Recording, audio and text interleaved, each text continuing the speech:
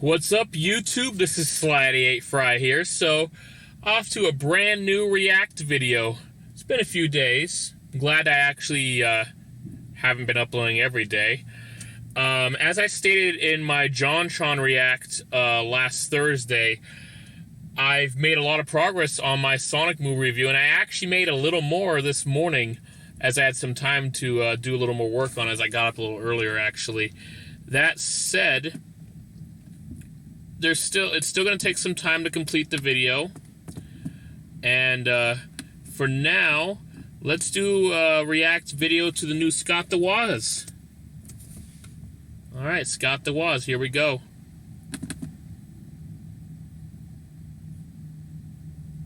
Hey y'all, Scott here. I've decided to start playing game systems with names that perfectly describe me, so I'm gonna start playing the Microvision. What's shaped like a brick and gives you hours of fun? It's a close second. The Nintendo Game Boy. That's right, it's a minor. Easily one of the most important systems in gaming history. That's true. And for good reason. There's some truth to why old people call anything that beeps a Game Boy. They worry me. But every time you see a portable video game device in a cartoon, I remember when I used to work at the Olive Garden back in, I worked there in 2014.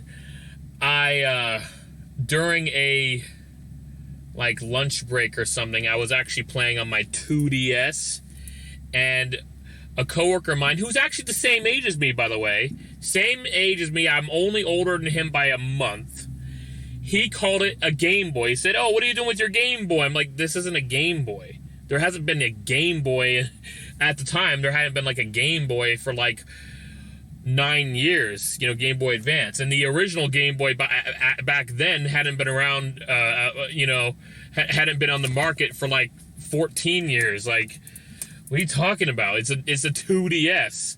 He's like, "Oh, I don't know." It's not a Game Boy. It's a much newer system which plays newer games with better graphics than the Game Boy. It's not a Game Boy. It's not the same thing. Just because it's a portable gaming system by Nintendo doesn't mean it's a Game Boy. But yeah, sure. I mean, we grew up playing Game Boy in the 90s, but come on, man. You can't call the 2DS a Game Boy. Are you kidding me? Or something, it's almost always modeled after the original Game Boy. 2 buttons, a D-pad, cartridge slot. This thing is so portable game system. And even though I never officially owned one before my virgin phase, it doesn't feel like it. The original Game Boy launched a line of systems that lasted over 20 years, most models being compatible with the games from that first one. I remember bringing my Game Boy Advance to kindergarten, to which most 80-year-olds would say, "That makes me feel old." The other kids and I would swap games around and try them out on our own systems, and I saw some of them having these weird gray cartridges. I was only used to the Game Boy Color and Advance ones. Then one of the kids whipped out their Game Boy. It was the original, and even back then I thought, "Oh, we gotta see what happens when we put a newer game in there.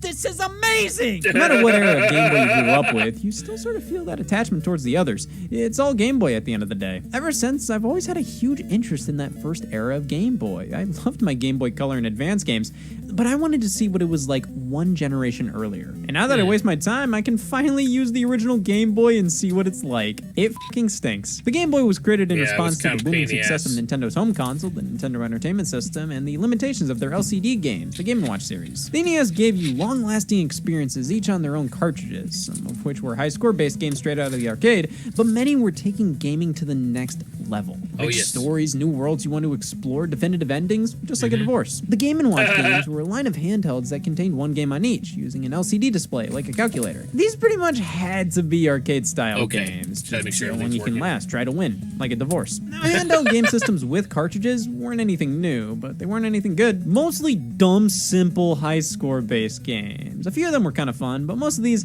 they mainly just gave your thumbs a job. So what if we took how rich and deep the games on NES can be and shrunk them down to fit in a mouse? That was what Gunpei Yokoi was born to do. The designer of numerous Nintendo toys, the Game & Watch, and KDICARUS went in and created a portable game system using KDICARUS. interchangeable cartridges and a dot matrix screen. That sounds more impressive than it is. It's a manually operated fiber divider. The project was codenamed after the screen, Dot Matrix Game, or DMG, and didn't have a final name until Shigesato Itoi suggested the name Game Boy. This thing was developed with durability, longevity, and budgetary constraints in mind, launching at only $89.99 on July 31st, 1989 here in North America, April 21st, 1989 in Japan, and September 28th, 1990 in Europe. Nintendo has almost always been about fun on a budget, and nowhere was that more obvious than with the Game Boy. Look at this box. The future is here, f***er, and it's called 1989. This looks incredible. And then you play it. Really funny stand-up routine dog shit system. Even when Nintendo was being more realistic with their images, like on the back of the box here, this screen still looks leagues better than what we actually get. Yeah. A dot matrix display. What does that mean? It means let's get the hell out of here. Well, I guess if the Game & Watch has a display like a basic calculator, the Game Boy has a display like a more advanced calculator, one that can display more than just variations of the letter O. I mean, it still displays any old spray you could ask for here. It definitely can be used to play video games from this era. It just so happens to be ass green. Thank God I'm colorblind. The screen here is the Game Boy's biggest flaw. Not only is it not lit in any way, shape, or form, but it's not just black and white, it's black and puke. They used a green display with no colors because it helped the non-color visuals pop out the best at a low cost. Or they just thought it'd be funny. This is easily one of the most notorious elements of the original model. You can't use it. We have a contrast dial, which helps us see in numerous different lighting conditions, but for playing it dark,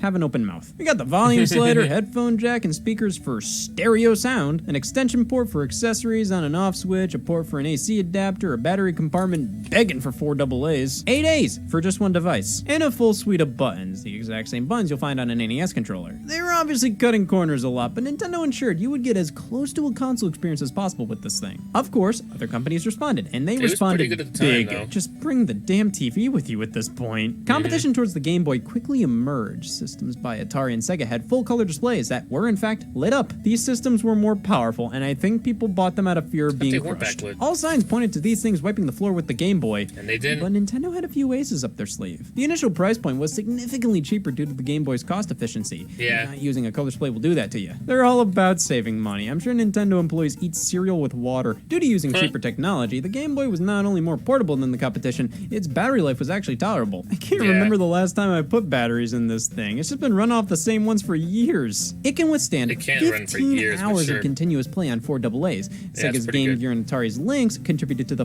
battery life movement we're dealing with today. I think the Game Boy's design was far more appealing to everybody. These things honestly both look the exact same. The Game Boy was unique and it feels great to play. It may be bulky by today's standards, but you can still fit it in a pocket. All the buttons, the D-pad, they feel fantastic, like actual console controller buttons. Handhelds usually have the audacity to include small clicky buttons to fit on a slimmer, tinier device compared to home console controllers. The Game Boy has these big, meaty buttons that just feel right. They feel substantial, and none of Nintendo's future portables really replicated this feeling. It's a little awkward, obviously not the best it could possibly be, but it's well designed for 1989, and at its price point, it accomplishes what it set out to do, and had definitely added to the reason the Game Boy absolutely drained the Lynx's blood for fun. The core reason it did so well was the games. It's in the f***ing lot of great games. The Game Boy launched with 5 games here in North America, with one being notoriously bundled in. Not Yakuman. Tetris was already a well-known PC game at the time, but the idea to bundle it in with the Game Boy, genius. Nintendo was considering to put the game Super Mario Land in with the package, but was told while that would help the Game Boy appeal to kids, packing in Tetris would help the Game Boy appeal to everybody. So, in North America, the Game Boy launched with a Tetris game cartridge, not only helping the system, but the Tetris brand as a whole. These two things go hand in hand. Neither one of them would be the great success they became if not for each other. Tetris on the Game Boy continues to be one of the best... I don't know, I'm pretty sure that the Game Boy would still have been a big success. Maybe just not initially right off the bat as much. As for Tetris...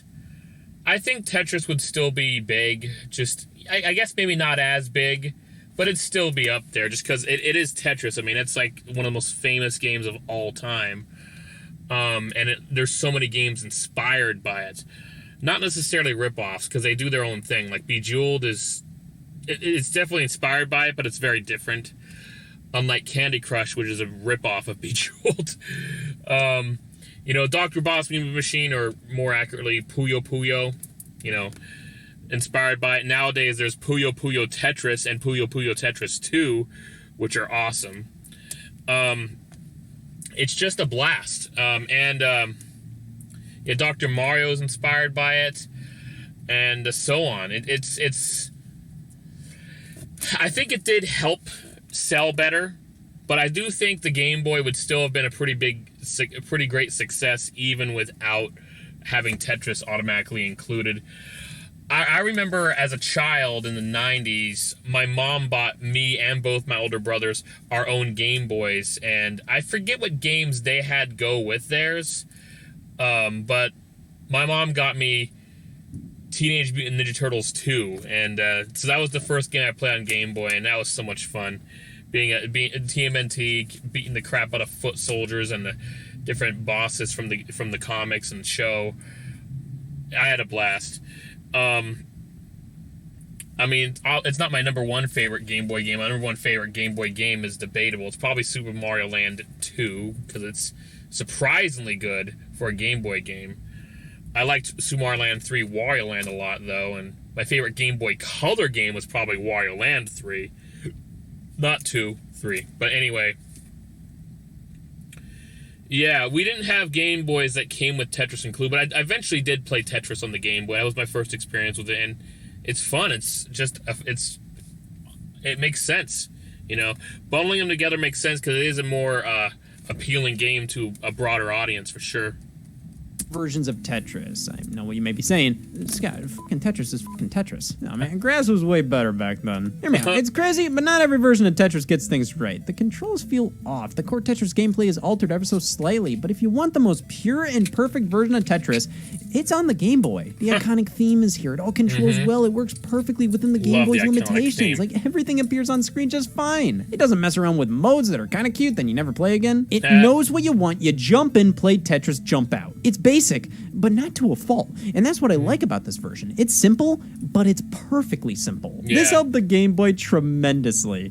But that doesn't mean there weren't other games aiding to its success. Right alongside the system's launch came Super Mario Land. I've always found this cover art to be so modern looking for a Mario game released in 1989. Prior to this, Mario artwork was still in its Peach Fuzz era. This one feels right in line with official art for the series released today. Of course, Super Mario Bros. Helped to catapult the NES into superstardom, really being a game everybody had to try for themselves. Truly a revolution, so it's fair to expect Super Mario Land to be the same. This game creeps me out. I love Super Mario Land, and I think most good people do. But I think it's mostly because of how charming the game is, with how primitive and simple it can be. It's a very basic and short Mario game, though it has a few elements unique to it. You don't get fireballs, you get super balls that bounce around. Turtles explode on impact. A few side-scrolling shooting stages, and we have our first title with a question mark in the middle. The physics are messed up here. If you're running, it doesn't really carry into your jump that well. You fall like a rock. Precise jumps are hard to make.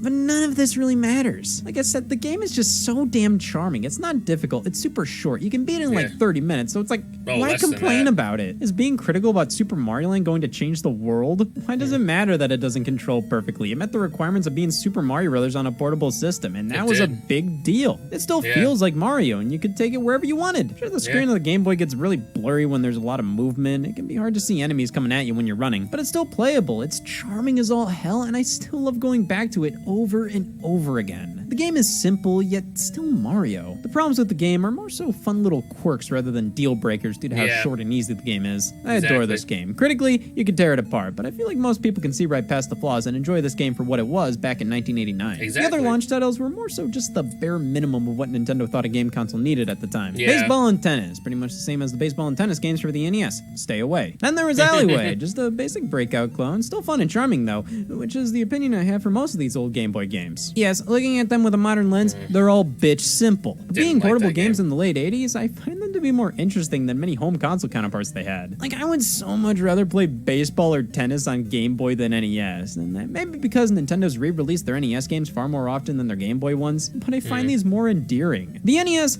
is more capable than this. The Game Boy, I'll take what I can get. Overall, not a bad launch lineup. Two of the most iconic games on the entire platform, one of them packed in, a fun breakout game, and 2 sports titles if you want to get laid. The original Game Boy model wasn't the hottest looker, though.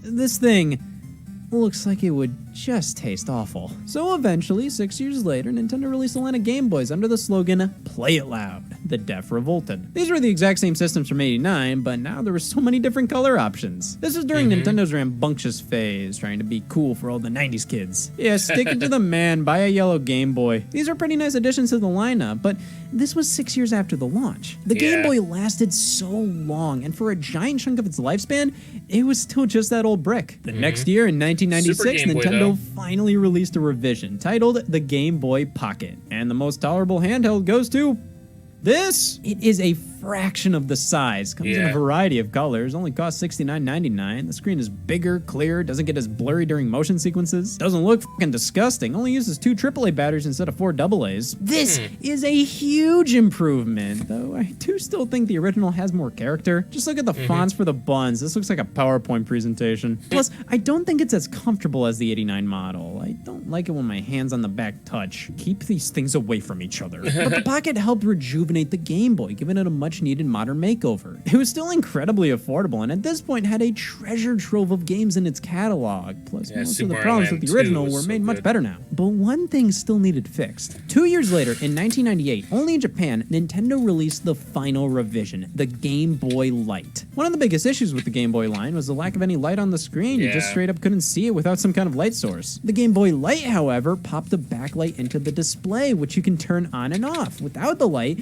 this thing lasts 20 hours on 2 AA's, which is amazing. And then with the light on, it lasts for 12 hours, which is still very respectable. The handheld is very similar to the Game Boy Pocket in terms of design, but a bit larger, which makes it more comfortable. The backlight is pretty much just here so you can play in the dark. It doesn't make the screen more viewable in good lighting conditions. In fact, half the time I can't even tell it's on. It makes the handheld playable at night. That's pretty much all it does. You know, I was hoping it was going to give me advice. The problem is, this revision released a mere months before Nintendo released the full upgrade, the Game Boy Color. Featuring a color screen and exclusive games, it was pointless to buy this, even if it had the backlight and the color didn't. Since these released so close to each other, it's understandable why this never left Japan. Also, America hates vision. It didn't make sense to make consumers decide between a light and a color when it was obvious the color was what Nintendo really wanted to sell here. The original Game Boy wasn't discontinued until 2003, living an incredible 14 years, and it really lived on for far longer than that. The Game Boy Color and Advance were compatible with these old games, with the Advance being discontinued in 2010. The Game Boy line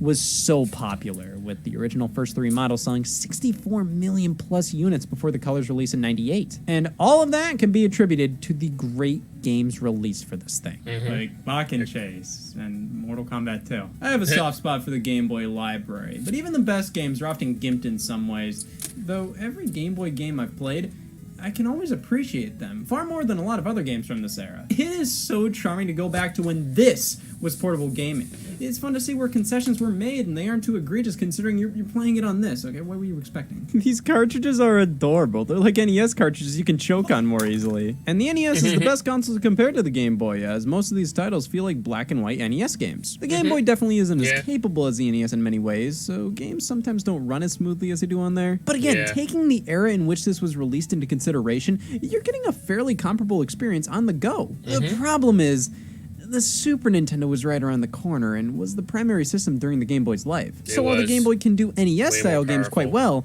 bringing Super Nintendo-like games over cracks me up. We can see that with the sequel to Super Mario Land, released 3 years later, Super Mario Land 2, 6 golden coins. You collect coins all the time, who cares? Mario Land 1 was a solid portable take on the Mario formula, though it was kind of in the camp of good enough. That game on any hardware other than the Game Boy would be executed. Mario Land 2, well, that's actually just a flat-out great game, regardless of it being on the Game Boy or not. Definitely feels more like Super Mario World on the Super Nintendo. For better or for worse. The game does struggle with how big and chunky the sprites are. I mean, the original Mario Land, I was worried the sprites were my spittle on the screen. Here, everything is big and bold and I love it, but we can a lot more slow down because of that. Mario Land 2 does struggle a bit with being a full-size Mario game on the handheld, but that doesn't stop it from being one of the best Game Boy games. I'm not sure I'd consider it to be one of my favorite Mario games. I kind of feel like it's made cooler just because it's a game.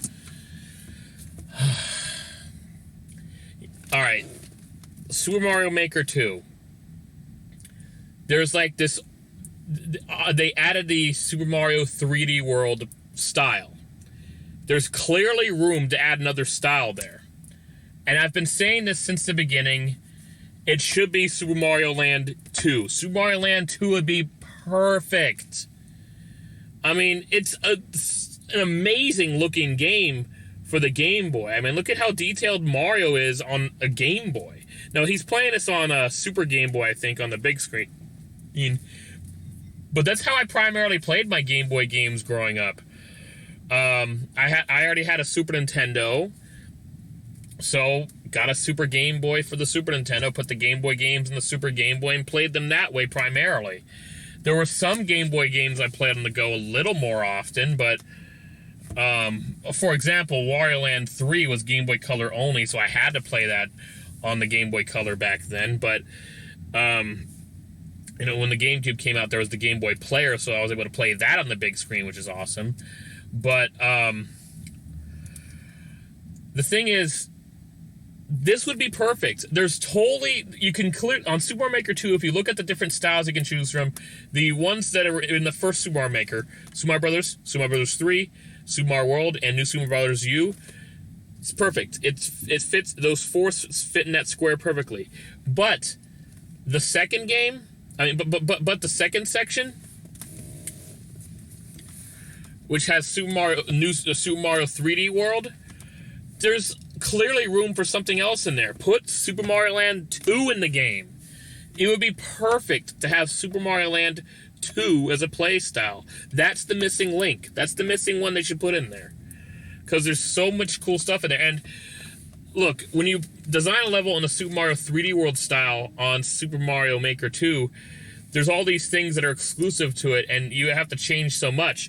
With Super Mario Land 2, you could do that too. There's a bunch of enemies that are exclusive to Super Mario Land 2. It'd be perfect.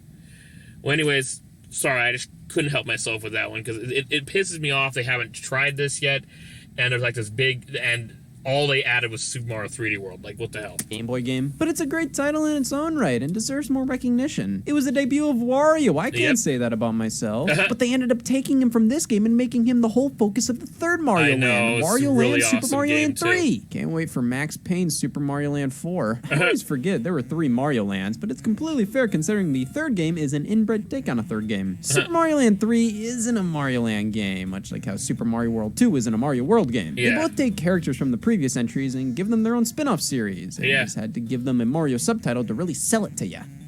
Sure. Wario Land is its own game. Starring Mario, it launched an entire series of mostly handheld platformers, including Wario Land 2 on the original Game Boy as well. What makes Wario Land work is how it really throws you a curveball. You head into it expecting a Mario game, but you get off-key music and mechanics that make these games truly their own thing. There aren't a ton of Mario spin-offs on here. NES games like Yoshi, Yoshi's Cookie, and Dr. Mario got Game Boy versions. Dr. Mario's a weird one considering it's all about matching colors. Who did they to make this work? There was one Mario spin-off that was the Game Boy Zone, though. Something fresh, something new, something definitively Mario. Mario's Picross. Because the Ted Danson deal fell through. Picross is a puzzle game, kind of like mixing crossword puzzles with Sudoku. Each row and column has a number, and that denotes how many squares are shaded in. So you compare each and figure out where exactly to chip away, and we have art. This game has almost nothing to do with Mario outside of the menus and a few puzzles, but it doesn't stop me from loving this game to bits. It's such a fun and addictive puzzle game, and most critics say that too. It's sold like ass. Well, at least we have Donkey Kong. That's the full name. Most people call it Donkey Kong 94 based on the year it was released. In a sentence,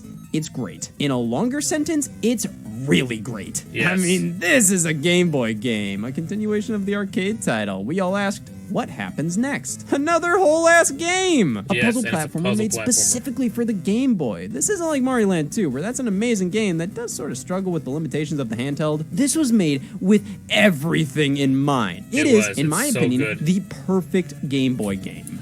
And it's amazing to play this game on the Super Game Boy because you actually get to hear Daisy actually speak. It normally she's like, it's muffled, but you hear her say, help, help. Like, you actually hear the voice. It's good. It sounds good.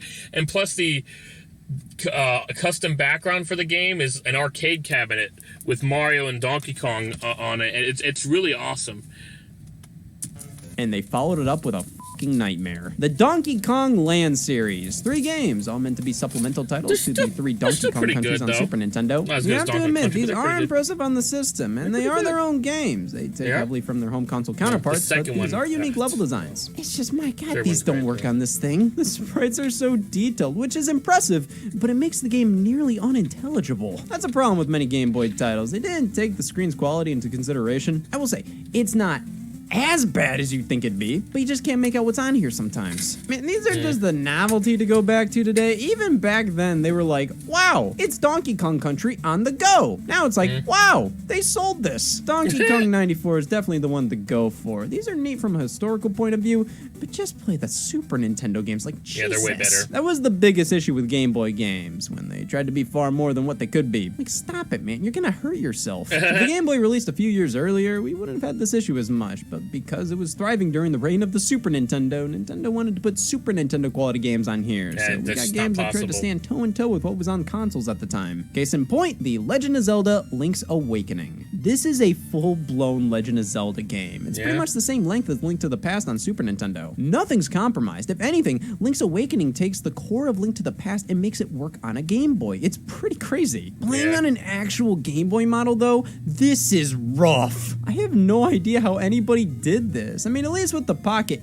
maybe. But I can't imagine playing this compared to the re-release they did for the Game Boy Color. Like, my God. The game also feels very shoehorned onto the platform. You have to switch between different items all the time in this game. Like, constantly. Which forces you to go into the menu, swap out items, go back, swap them out again. It feels like if they made this game from the ground up for the Game Boy, they'd take the lack of buttons into consideration and not design a game around using all these items and having to swap between them over and over again. With that being said, Link's Awakening is a lovely game. It has so much charm being the first mainline portable Zelda adventure. They did some weird things with this one, including tons of cameos from other Nintendo properties. This is obviously a stone-cold classic. The only problem is the system it was made for. When it got a full remake in 2019, it showed how much of this game at its core was already perfect. They only really changed things that were there due to the limitations of the Game Boy console, like the whole item swapping debacle. Other than that, it's the exact same game, and that speaks volumes of the original Link's Awakening's quality. This wasn't a completely watered-down portable throwaway game. This was the real deal, and Nintendo's had that mentality with all of their handheld systems, which is why I think they've always succeeded. Whenever Sega or Sony would put out games on their portables, they were always lesser versions. Who cares about that Uncharted? It's just a side story. When Nintendo made a Zelda game for the Game Boy, it was the next big Zelda game. When Nintendo made a Metroid game for the Game Boy, it was a mistake. What am I doing? Metroid 2 Return of Samus. A fair attempt at a Metroid game on the platform. To be honest, Metroid during this time period was a bit too cryptic and obtuse for my Donkey Kong 94 brain. These games are so difficult to do anything in without a map. You have to draw one out yourself. In 1991, sure. In 1994, go yourself. Well, Kid Icarus got a sequel on the Game Boy too. Kid Icarus of Myths and Monsters, a game that never released in Japan and was the only other Kid Icarus game until 2012 with Kid Icarus Uprising. This is basically more of the same from the NES game, but again, that's impressive and exactly what customers wanted. If you were buying Kid Icarus on the Game Boy, it was because you wanted Kid Icarus on the go, not a card game spin-off, Sony. That doesn't mean other companies didn't put their B teams on the Game Boy versions. We got a whole heap of third-party home console conversions, like 5 Mega Man games, some Castlevanias, Contras, a bunch of Final Fantasies that weren't actually Final Fantasy, they were random RPGs Square brought over to North America and called them Final Fantasy. These were all up in the air. Like, sometimes they can be good, and sometimes they're Castlevania the Adventure. I really have a love for the first Game Boy Mega Man game, Mega Man and Dr. Wily's Revenge. The Mega Man Game Boy games are like remixed, abridged versions of the NES ones, but sometimes they weren't just remixed, abridged versions, they were bad. Even then, I still look fondly upon all these games, even if they weren't that great. They give you fairly authentic portable takes on these franchises. Like Mega Man looks and plays like Mega Man, same with Castlevania, Double Dragon. The only exception I'll make is this fighting game, Street Fighter 2, Mortal Kombat, Killer Instinct. I feel really bad for the kids that said, Mom, that. Like, man, Mario's right over there! The fighting games felt more like things for your thumbs to do rather than actual engrossing video games to play. I mean, this gave you a Street Fighter 2-like experience on the go, but I just feel like you had way better options. Like, as handhelds progress, you can make an argument playing Super Street Fighter 4 on the 3DS helped you practice for playing the console version.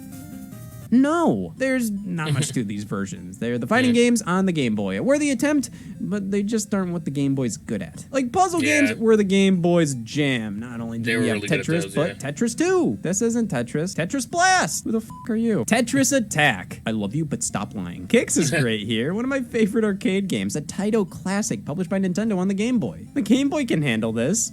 right? No matter how poor the hardware is, you're always gonna have somebody out there who wants to be a smartass. X was a Japan-only game published by Nintendo that laid the groundwork for Star Fox. 3D! In black and white! It's the future yesterday! Baseball 2000, a first-person shooter. Yeah, I only it's played the that on Game Boy. Super Nintendo. I think Game & Watch Gallery helped show what the Game Boy was best at. These are remakes and ports of classic Game & Watch games, and it's a treat to have this era of Nintendo represented on the Game Boy, as it was I its have the direct fourth one for predecessor. GBA. Balloon Kid, a sequel to Balloon Fight, perfect fit for this Or, thing. I have the fourth Game & Watch Gallery for GBA. For simple, addictive gameplay, Space Invaders? Yeah, sure, it's great. The Game Boy may have had a lot of well-known franchises continue on it, but it started a few key ones. Mole Mania debuted on the Game Boy. That's something you hear every day. We get it. This is an obscure Nintendo-developed game. It's produced by like Shigeru Mario Miyamoto, left. and it's a fun puzzle game. You go between the top layer and bottom layer of each stage to get to the end. It feels like something that should have seen more success, but Nintendo realized kids hate moles. You! Wave Race started on the Game Boy. Yeah, Wave Race 64. Really? That's a sequel to a Game Boy game just called Wave Race. I never hear anybody talk about this, and honestly, for the longest time, I just thought Wave Race 64 was the first Wave Race. They just put 64 on the title because it's Nintendo. They're crazy. They made a game about moles, okay? But shockingly more important was the conception of a white guy. Kirby's Dream Land debuted on this thing, ushering in the Kirby series as a whole. The box art illustrator didn't know he was supposed to be pink. Welcome to hell. The original Kirby's Dream Land was designed around being a beginner's game. It's stupid easy and short, It's a but lot of that's fun, what though. it was always meant to be. Kirby's supposed to be a shut your brain off kind of game, and Dreamland is a fun one to blast through sometimes. Yeah. This was followed up with an NES sequel, Kirby's Adventure, but back on the Game Boy, we got Dreamland 2, which was definitely a great huge game. upgrade. But even back then, Nintendo milked the hell out of Kirby. Pinball Land, Block Ball, Star Stacker. Kirby got so many spin-offs on the Game Boy. It's ridiculous. Stacker was a It's lot of probably fun. because Kirby was the perfect choice for the face of that Tetris original inspired. brick. All of Yeah, his that games game were was fun, simple, too. easy to pick up, and worked on the system well. Putting him in a pinball game, a breakout clone, a puzzle game, it all made sense. Kirby fits everywhere. Put him in court, I don't care. Well, those are the most in court. iconic titles on the Game Boy. Of course, there were hundreds of garbage whatever games, but even the worst games, honestly, I still have a weird appreciation for them on this thing. Bad games are way more tolerable on the Game Boy, and I feel like it's because I look at everything here and appreciate it all due to the limitations. Rummaging through a crate full of old gray Game Boy cartridges, there's something magical about it. No matter how good or bad the game is, I just find original Game Boy games to have this undeniable charm about them. Being in black and white and on a system you have to hold up to a light to be able to play, it's weirdly endearing. And just the fact Nintendo supported the system with so many accessories shows other people agree. I mean, come on. The Game Boy camera? That's so stupid, I love it. At one point, this held the world record for smallest digital camera. It doesn't mean it's good. You can't hold me accountable for saying that. You can hook this up to the Game Boy printer to print off your pictures. It works across a few other games and uses receipt paper. That way, it doesn't require ink cartridges, just a specific roll of paper, which is such a Nintendo decision to make. The Super Game Boy allows you to play these games on a Super Nintendo on a TV, which made for the ability to actually enjoy some of these titles. We got screen lights and magnifiers, which just made things worse. Battery packs, the link cable, connecting your Game Boy to another one for multiplayer action. Well, Pokemon. God damn it. Pokemon is the biggest media franchise of all time. Starting on the original Game Boy, it helped keep the handheld alive for so long, releasing late in its life. It's an RPG series about collecting and battling monsters called Pokemon, and it spawned countless sequels, spin-offs, movies, music, merchandise. It's hard to think where Nintendo would be in the portable market today without Pokemon. Okay, I said it. Really? Mention Pokemon? It was. Oh my goodness. Well, that was quite a blast to see. I really enjoyed that quite a lot. Oh, I think I had my screen a little too small. Whoopsie. But wow, yeah. That was, yeah. It's crazy how late Pokemon came out on the Game Boy. I mean, the N64 was already out by then, and it allowed the Game Boy to just keep on going. Game Boy Color would, come out not too long after Pokemon was released in the US, and,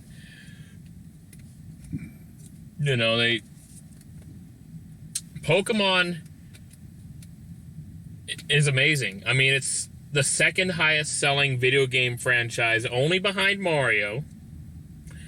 And, it's the number one brand in the world. Number one selling brand in the world because of how amazingly successful they've been in selling video games, how incredibly successful their shows and their animes have been, how successful their movies have been, how successful their spin-offs, their card games, all that stuff have been. It's crazy how it started with a Game Boy game that surprisingly had so much to do despite it being a Game Boy game. You know, like, there is a lot to do in it, even just the original Pokemon. I remember playing that and a lot back then, and there was a lot to do. And I mean, yeah, it was only 151 Pokemon if you count Mew. I guess 152 if you also count Missing No. But every time you catch a Missing No, either it crashes the game or it turns into a Kangaskhan or something else. But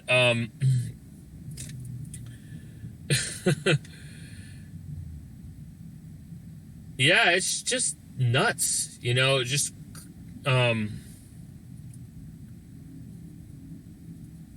impressive. It's impressive that there are so many Pokemon, and each of them could learn each of them could hold on to 4 different moves, and there were so many different moves they were capable of learning, and there's just so much packed into a Game Boy game. That's actually quite impressive, you know, for the time. I have to say, it's really impressive. Is this really the first time that Scott the Woz has ever mentioned Pokemon? I have a hard time believing that. They're the number one brand in the world, so how is that possible? But, well, that was quite a blast to watch. I obviously had some fond memories of playing Game Boy back in the 90s, but to be honest, I spent way more time playing my Game Boy games on the big screen using Super Game Boy, you know, via the Super Nintendo. That was a blast. There were so many games on it that I still enjoyed playing on the big screen. Super Mario Land 2 is incredible. And I still liked the first Super Mario Land, even though it's definitely a flawed game. Wario Land, so much fun. Love that game. Link's Awakening is good, although I could never beat that game. For some reason, I always got stuck.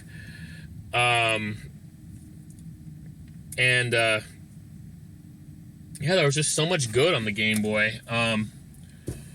Metroid 2 was fun. I liked it a lot better than the first Metroid NES. I actually do not like the original Metroid. Like, I guess it doesn't help that my first experience with Metroid was Metroid 2 on the Game Boy, and I didn't play it that much.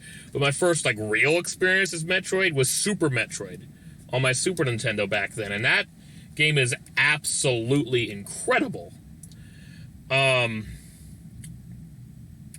And it has a map system and everything. It has everything you need so you can actually know where you're going. But the very first Metroid NES, I don't like that game. So many rooms look identical, so I don't have any idea where I'm going. So yeah, that's how I felt about that.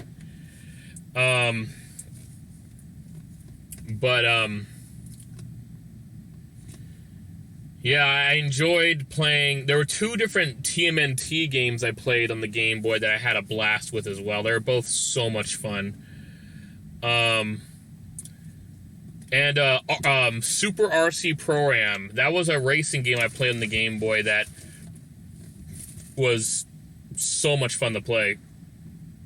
Such a blast. It was challenging and just great. It's amazing how...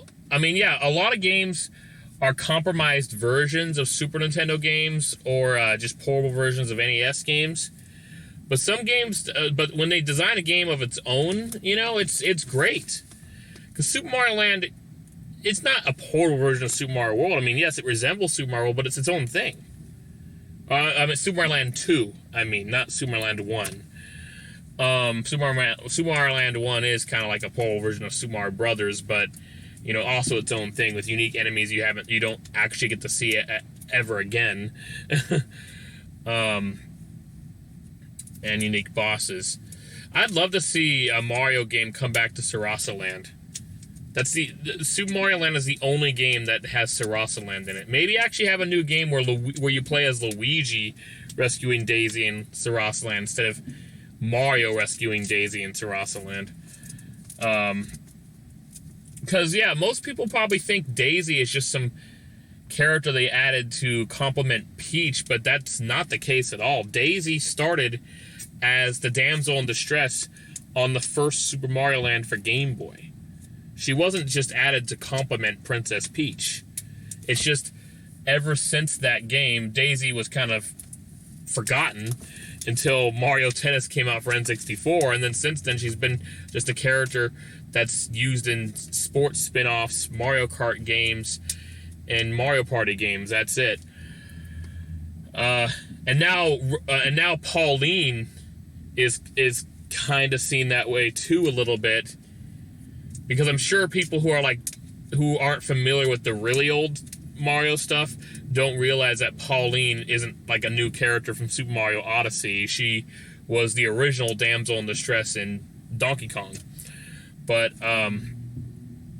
anyways, this was a blast to watch.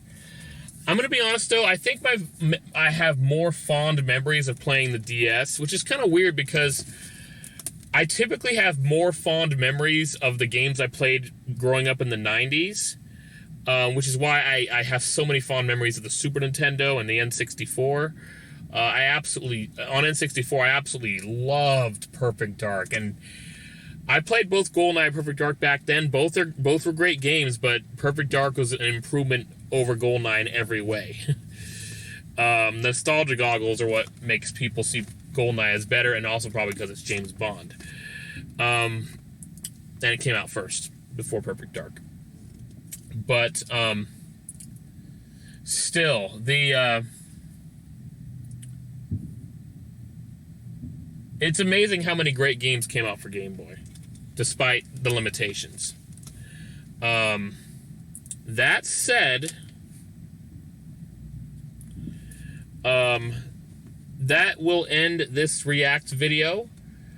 Yeah, and actually the reason I had more fond memories of playing my DS is probably because when the DS was out, I played that so much, and there were so many great games I played on it. The Advance Wars Dual Strike, most particularly Advance Wars Days of Ruin. I also had more friends at the time, and it was easier to do multiplayer on the DS than it was on Game Boy Advance because you required a cable and you required both games, but on the DS you just required multiple DS systems, and you didn't require everybody to have the same game. Although if everybody had the same game, there was more you can do in multiplayer.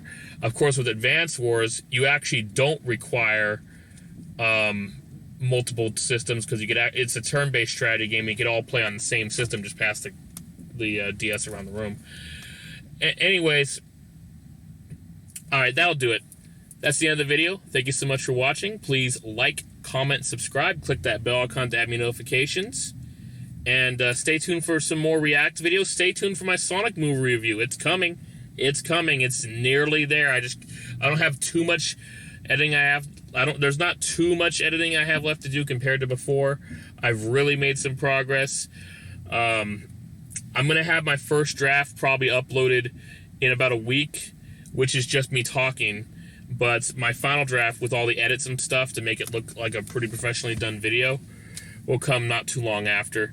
That said, time to go. And also check out my Scott the Woz React playlist too. I got quite a bit of those, quite a bit of Scott the Woz React videos. Thank you so much.